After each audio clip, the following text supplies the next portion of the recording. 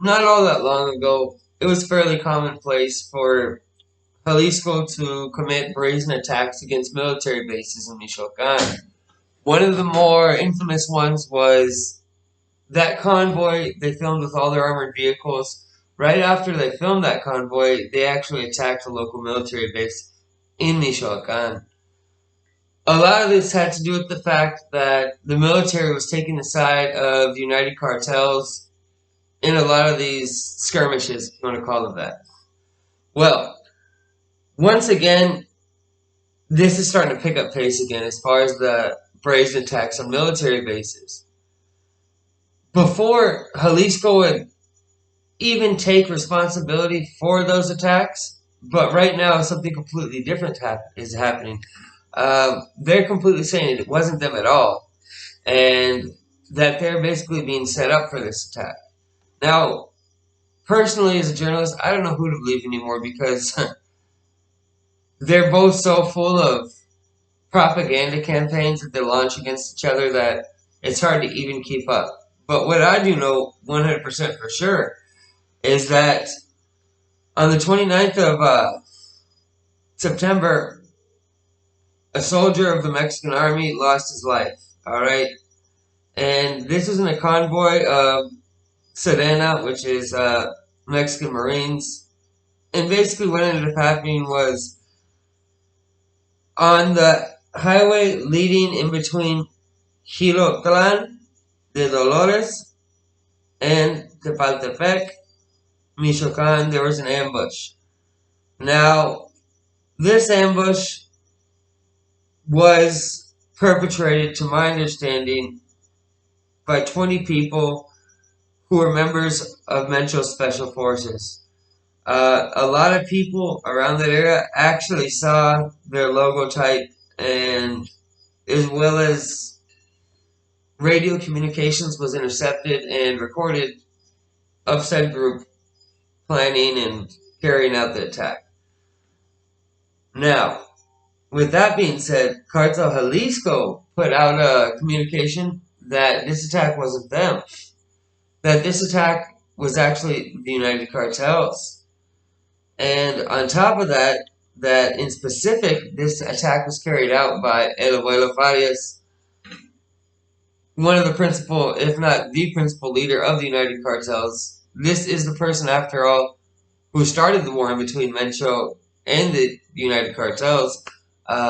He was in charge, he being Abuelo Farias, of escorting Mencho's cocaine shipments that arrived on the coast of Michoacan into the,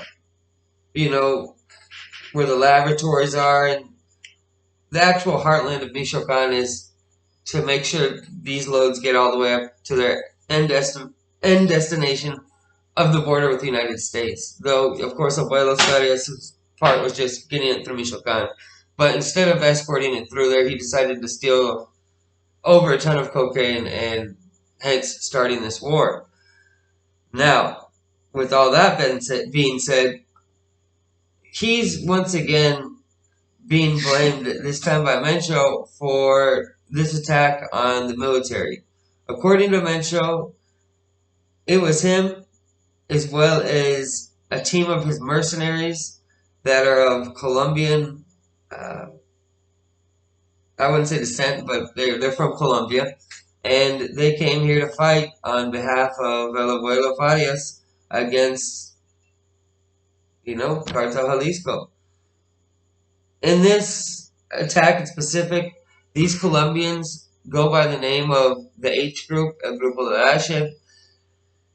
And if this is true, what Mencho was saying, they were using this group of Colombians, they being United Cartels, to basically heat up the plaza for Mencho by making him look like he attacked these military officers, and the heat's gonna come down on him from the federal government because of it.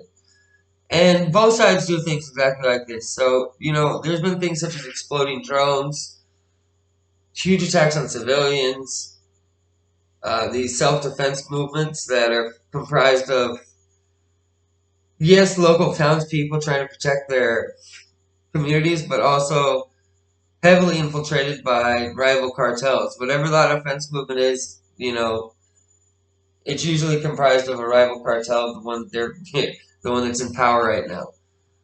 Now, the United Cartels has taken a recent loss by the fact that Miles Zambada left the group, not tied to stay on its own, but they're big enough to do it. And when I say it, I mean the fight against Mencho on their own and sustain it on their own. And they're not just one group of El Abuelo. You know, there's groups like Blancos de Troya, Los Viagras. Let's not get it confused. El Abuelo, I think, is just the most well-financed of all these groups. Now, as far as being able to sustain the fight, I definitely think they will, because you could look at a group as small as Cartel Santa Rosa de Lima, the one headed by Amaro, and this tiny group that was dedicated to gasoline theft was able to fight and win for a long time against the largest and most militarized cartel in Mexico.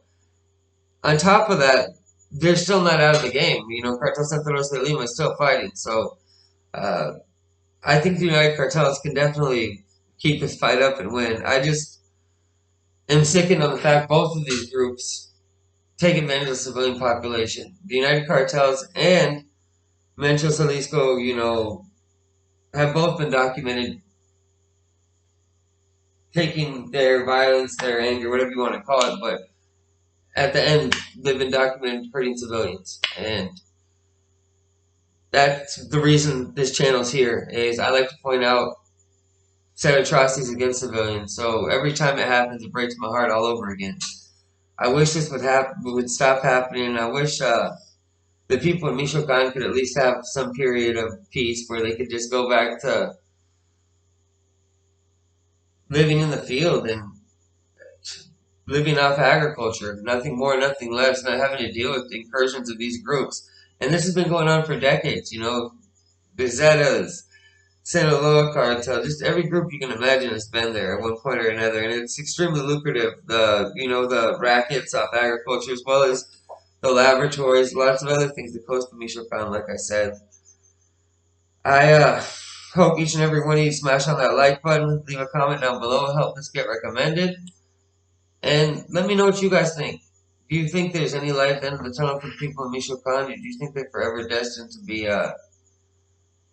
in the position they are? Kind of their great agriculture, their avocados and their limes, of course, is a great source of income, but it also could be looked at as a curse because it literally draws all these groups of organized crime into there. Kind of like every time a resource is discovered in Africa, it generates some income, but none of the population ever actually sees that income. It just goes to corporations and brings violence to the local population, and I feel that's what happened with Michoacan as well.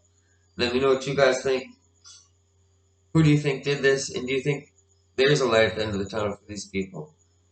Wish each and every one of you a superb day. I've been really tongue twisted this morning, my bad guys, but doing my best. Adios amigos.